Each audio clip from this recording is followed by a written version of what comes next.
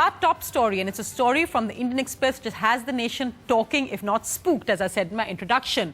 Responses were quick and fast. The Prime Minister said today that the Army Chiefs is an exalted office and we all have an obligation that we do nothing to lower its dignity. That's how he responded to those reports of growing friction, distrust between the government and the Army Chief. The Prime Minister also called the Indian Express report alarmist and said it shouldn't be taken at face value. A.K. Antony also made that point, saying that nobody can question the patriotism of Indian troops.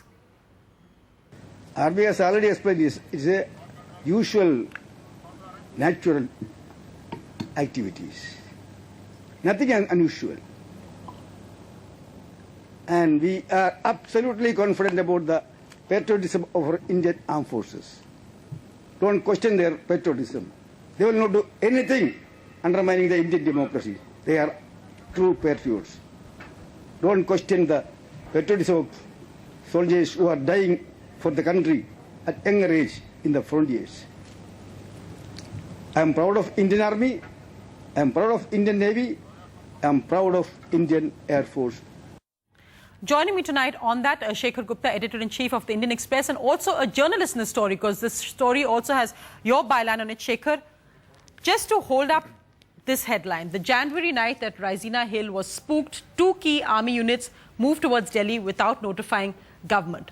Many have said that while the story may be valid, the last paragraph of the story makes the point that the MOD's considered view now was that it was a false alarm. Is the headline misleading? Has it actually sent out a message which is completely wrong? Well, if that was the case, the story would not run. We are not non-serious journalists, right? MOD can have its point of view. We have to report that point of view, but we also have to report the facts, and the reader has to arrive at a judgment in view of the facts. So there's the fair thing to do is to put all the facts in front, and all the facts are put in front, and you can draw your own picture from it. Have the facts been misinterpreted? As I said, in recent times, I don't remember a story that has been so divisive in terms of the reactions that have come in. They've ranged from Indian Express being called traitors, catering to a particular lobby, to people saying, why question the Indian Express? Look at the story. Either people call you a traitor, or people say it's a government plant, you are pro-government. I think you have to make a choice. We can't be on both sides. See, these are facts. Facts don't hurt anybody. We are journalists. We look at facts, we check them, we assess them, and then we put them out in public domain. When we put them out in public domain, we put our necks on the line. This is not a blog under a funny name. I'm not writing. This is not a story written under some blogger's name called Kala Kutta or Safed Billi or some stuff like that. This is a genuine newspaper story, with not just by my byline. Don't get fixated on my byline. Look at the other bylines. These are formidable reporters. They are the best reporters you can get, or among the best reporters you can get. You have great reporters also for love of money. A lot of work has gone into this, and when you talk about and we are quite happy to put facts like this in public domain and then be scrutinized.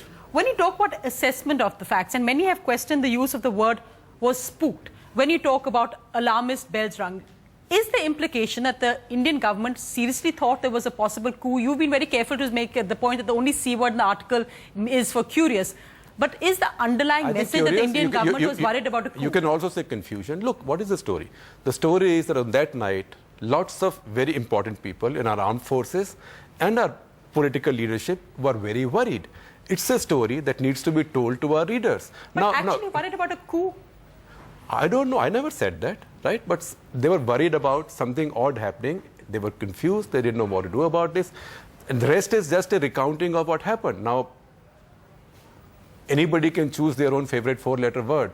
It isn't mine, right? Shekhar, that's an easy... When you say anyone can choose their own 4-letter word, isn't the implication? When they say spooked about what? No, spooked about why these units. Do we know about them? Do we not know about them? Check them out. That morning, the chief has gone to court. Many things are happening.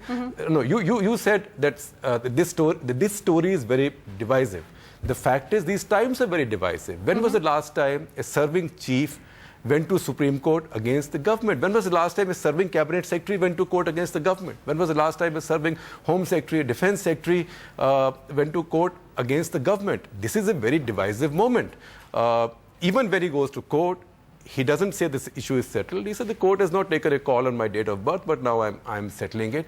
And then there are letters and controversies. These are very unsettled, very divisive times. Journalists will be failing in their duty if they wrap themselves in any flag, right? Or if they hide in some bunker and run away from these facts. These facts have to be found. They have to be aggressively, actively investigated, and we have to bring them out in public debate.